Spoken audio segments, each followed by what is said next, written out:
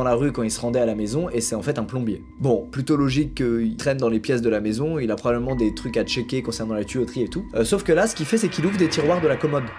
Il y a pas de tuyaux dans les tiroirs d'une commode. Nathan, face à ça, il se dit tiens, bizarre. Il appelle immédiatement sa mère pour qu'elle vienne regarder avec lui ce qui se passe. Et là, ce qu'il voit, c'est horrible. Il voit cet homme qui prend les sous-vêtements de leur voisine et qui se met à les renifler.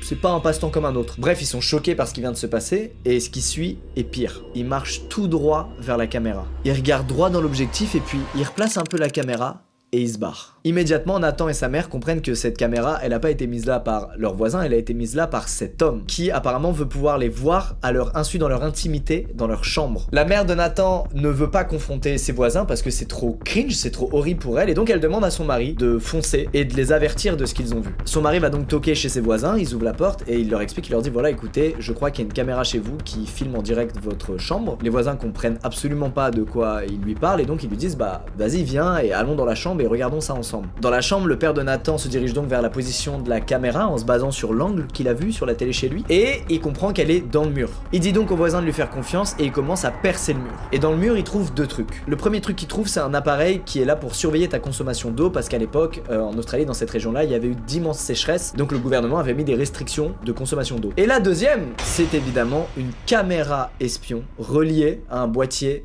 émetteur. Le plombier était donc venu faire son taf, c'est-à-dire installer ce fameux appareil dans le mur, mais il en avait aussi profité pour ajouter cette caméra. La police ouvre donc une enquête parce que c'est quand même méga grave, et là, Nathan et sa famille ont plus de nouvelles du truc pendant des semaines. Un jour, la mère de Nathan croise par hasard sa voisine et elle lui explique qu'en fait la police a découvert que le mec venait tous les soirs se garer dans un van juste à côté de leur maison pour pouvoir capter le signal qu'émettait la caméra espion et les regarder tout simplement pendant des heures dans leur chambre à leur insu. Nathan a donc littéralement sauvé ce couple d'intrusion méga intime. Je pense que c'est la hantise d'un peu tout le monde ici. Être filmé à ton insu, comme ça, c'est ignoble. Aujourd'hui, on sait que ça peut arriver, on sait que la technologie le permet, mais en 2008, je me serais jamais douté de ça, c'est abusé. Bref, les frérots plombiers, prévenez-nous quoi si vous voyez un collègue creepy. Ou de toute façon, je vous appelle plus. Voilà. Je préfère vivre avec des fuites d'eau, c'est clair ?